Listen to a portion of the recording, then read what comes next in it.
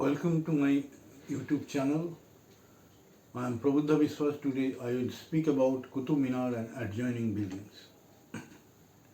Among the historical monuments and archaeological remains in Delhi, the most notable, both in antiquity and arresting design, is the Qutb complex, a name given to the group of monuments embracing the Quwaitul Islam Mosque of Qutbuddin Aibak and lofty Qutb Minar, which stands out as a landmark for miles around. Included in the Qutb complex are the tomb of Iltutmish, the Alai Minar, the Alai Darwaja, the great sandstone screen, the madrasa or school, and what is believed to be the tomb of Alauddin Khilji. These three kings, that is Qutbuddin Aibak, Iltutmish, and Alauddin Khilji, were in turn responsible for the construction of the original fabric of this, one of the earliest mosques extant in India, and for its subsequent additions and extensions. In 1192 AD, Muhammad, the Sultan of the mountain kingdom of Ghur in modern Afghanistan, led a fierce force down into the fertile plains of northern India. Muhammad Ghuri retired to his homeland soon after the battle, leaving the newly overrun land in the hands of Qutbuddin Aibak, his favorite slave from Turkestan, who was also his army commander.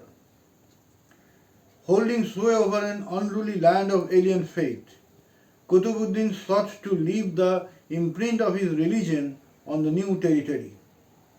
Qutbuddin Aibak decided to erect a mosque epitomizing the Quwat or the might of Islam, and chose as his site the heart of the Rajput citadel of Kilarai Pithora. Of the site selected, Ibn Battuta, the 14th century Arab traveller, says, before the taking of Delhi, it had been a Hindu temple, which the Hindus call Elbut Khana. But after that event, it was used as a mosque, according to the Archaeological Survey of India reports, volume 4, page 46. Not only was the mosque raised over the remains of a temple, it was also constructed from the materials taken from 27 demolished temples, a fact recorded on the main eastern entrance. Hence, the most significant building constructed by the Turks in the 13th century was Qutb Minar. This tapering tower, 72.5 meters high, is the highest stone tower in India, was begun by Qutbuddin Aibak and completed by Iltutmish. It is wrong to think that it was dedicated to the Sufi saint Qutbuddin Bakhtiyar Kaki, the venerated saint of Delhi, since it was not called at the time as Qutb Minar but Quwaitul Islam Mosque.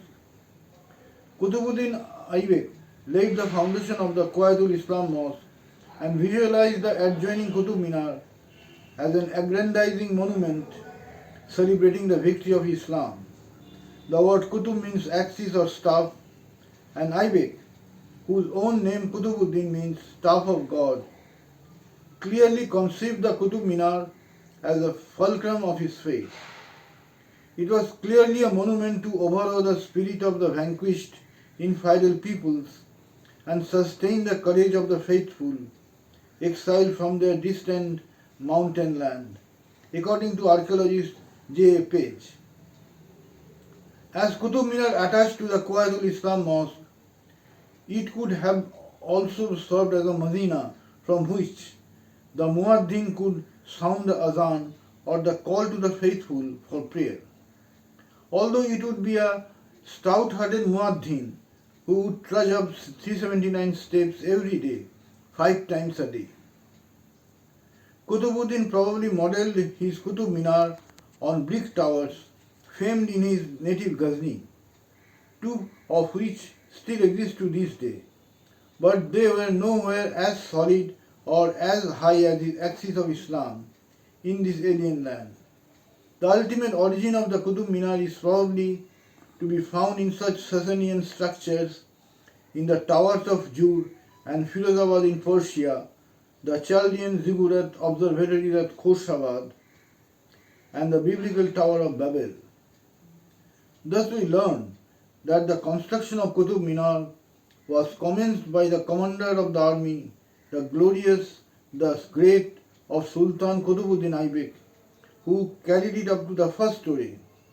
The advent of the successor and son-in-law, Iltutmish, about the scene resulted in 3 further stories being built and the Qutb Minar carried to completion. Alauddin Khilji, the other significant builder in the Qutb complex, seemingly had no hand in its erection, being intent on outraveling by a still more pretentious minar of his own. Alauddin Khilji built his capital at Siri, a few kilometers away from the site around the Qutb Minar. Unfortunately, hardly anything of this city survives now. Alauddin Khilji planned a tower twice the height of the Qutb Minar, but did not live to complete it. But Alauddin Khilji added an entrance door to the Qutb Minar. This door, which is called the Alai Darwaza, has arches of very pleasing proportions. It also contains a dome, which for the first time was built on correct scientific lines. Thus the art of building the arch and the dome on scientific lines had been mastered by the Indian craftsmen by the time of Alauddin Khilji.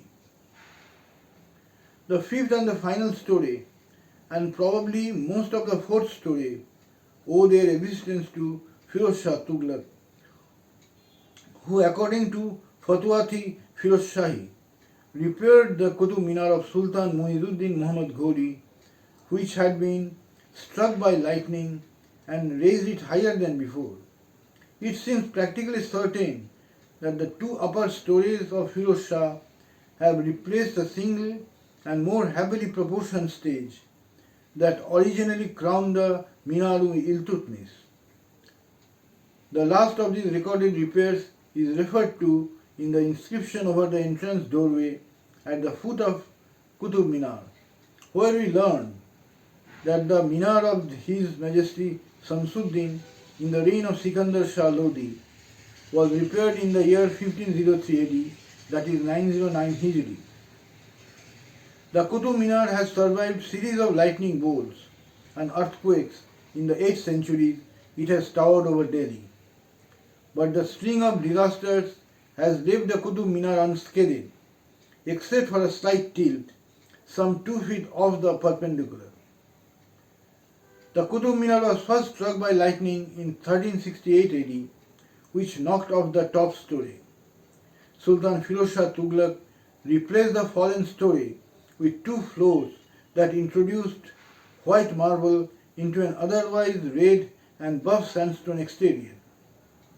Popular legend has it that lightning defied its rule of not striking the same place again by hitting the Qutb Minar twice more. An inscription over the entrance on the ground floor indicates that Sultan Sikandar Lodi also carried out some repairs in 1503 AD, but the nature and the extent of the damage is not recorded. Later in the 19th century, an earthquake destroyed Tughlaq's cupola. Major Robert Smith of the Royal Engineers was entrusted with the task of restoring it, which replaced it in 1829 with Bengal-style chhatri, which was removed in 1848 by then Viceroy Lord Hardinge, as it sat ill with the architectural style of the Qutb Minar. Qutb Minar today stands forlorn to the left of the entry path and is known as Smith's Folly. Until a few years ago, the Qutb Minar had a number of glass plates embedded into its base. These plates, banded into concrete, were installed by the Archaeological Survey of India to monitor the effects of tremors in the earth. Friends, all the information in my deliberation about the UNESCO World Heritage Site of Qutb Minar Complex, announced in 1993, has been documented from the published booklet of the Archaeological Survey of India World Heritage Series with the title Qutb, Minar and Adjoining Buildings. Friends, if you find my video informative, please do like, share and subscribe my channel. Thank you.